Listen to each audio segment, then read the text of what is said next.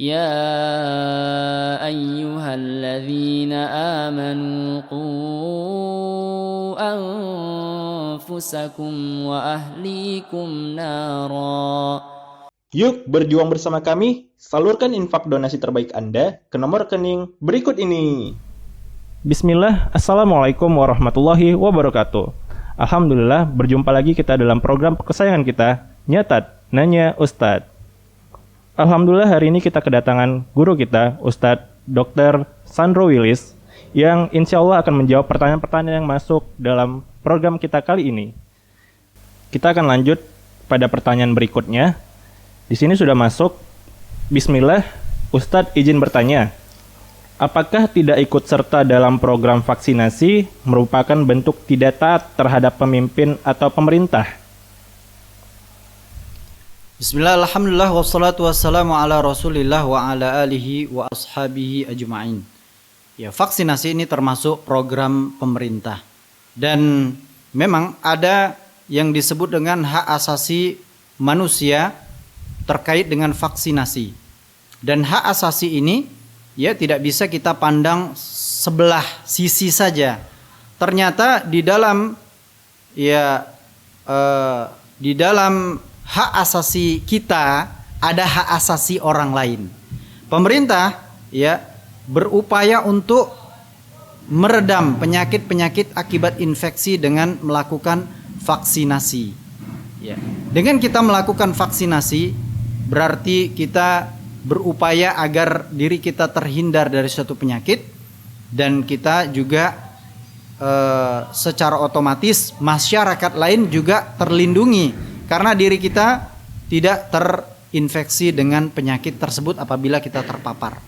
Jadi bisa dikatakan di dalam vaksinasi terdapat perlindungan untuk diri kita dan juga perlindungan untuk masyarakat luas. Oleh karena itu pemerintah memberikan undang-undang terhadap orang yang menolak vaksinasi, ya, berupa apakah itu dipenjara ataukah itu didenda, dan memang ini merupakan sanksi yang diberikan oleh pemerintah. Tapi kita ketahui bahwasanya ya penerapan undang-undang, ya penegakan hukum untuk orang yang menolak vaksinasi ini merupakan jalan terakhir yang dilakukan oleh pemerintah. Ya, artinya masih banyak masyarakat yang takut untuk melakukan vaksinasi. Banyak faktor-faktornya, apakah itu karena takut, apakah itu karena sakit, apakah itu karena penyebab-penyebab yang lainnya. Oleh karena itu di dalam suatu kaidah ada disebutkan al-ahkamu al-usuliyatu wal furu'iyatu la tatimmu illa bi amrayni. Hukum-hukum yang bersifat prinsip atau usul dan yang bersifat furu' maka tidak akan sempurna penerapannya kecuali dengan dua hal. Yang pertama adalah wujudus syuruti, adanya syarat-syarat yang menyempurnakannya. Kemudian yang kedua adalah lenyapnya penghalang-penghalang.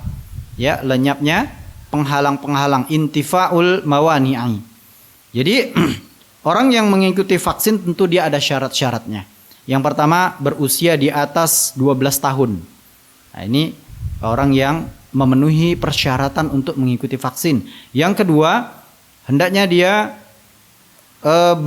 memiliki tekanan darah di bawah 180/110. Apabila tekanan darahnya 180 ke atas, maka ini tidak memenuhi syarat untuk vaksin. Apabila dia di bawah itu, maka dia memenuhi syarat untuk vaksin. Kemudian wanita hamil trimester pertama ini juga ya dihindarkan untuk melakukan vaksin. Dan juga ada rekomendasi orang yang gulanya di atas 300 sampai 400 ini sebaiknya diturunkan dulu kadar gulanya. Ya, kemudian perkara-perkara yang lain yang dia menginklusi syarat-syarat layaknya untuk dilakukan vaksin, maka ini merupakan syarat-syarat, merupakan hal-hal yang masuk ya ke dalam seseorang itu memenuhi syarat-syarat untuk dilakukan vaksinasi.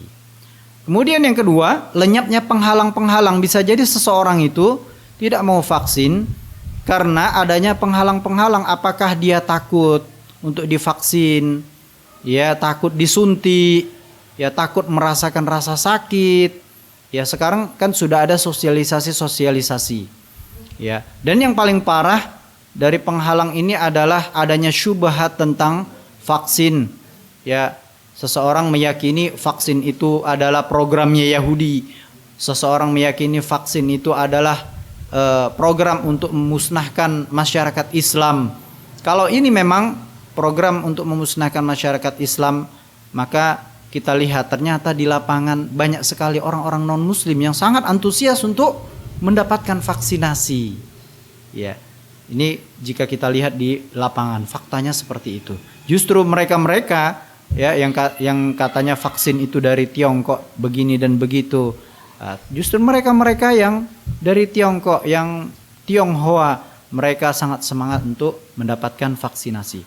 Ya, jadi kepada saudara-saudara yang meragukan akan manfaat vaksin, ya maka ini sudah bisa dilenyapkan, apalagi sudah ada penjelasan dari para asatidz.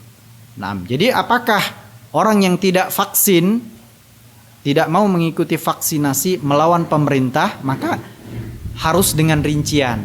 Ya, kalau dia memiliki penghalang-penghalang berupa tidak terpenuhinya syarat-syarat, maka dia tidak tergolong melawan pemerintah. Kalau dia masih ada syubhat-syubhat, dia rasa takut dan lain sebagainya, maka dia tidak tergolong melawan pemerintah. Tapi kalau memang dia syarat-syarat sudah terpenuhi dan lenyapnya penghalang-penghalang, maka bisa jadi dia termasuk ke dalam kategori melawan pemerintah dan tidak ingin, dan dia berhak untuk mendapatkan sanksi dari pemerintah. Wallahu ta'ala a'lam. Nyatat, nanya Ustadz. Anda punya pertanyaan tentang agama, hukum, dan ilmu? Yuk, ajukan pertanyaan Anda ke nomor berikut ini. Jazakumullah khairan.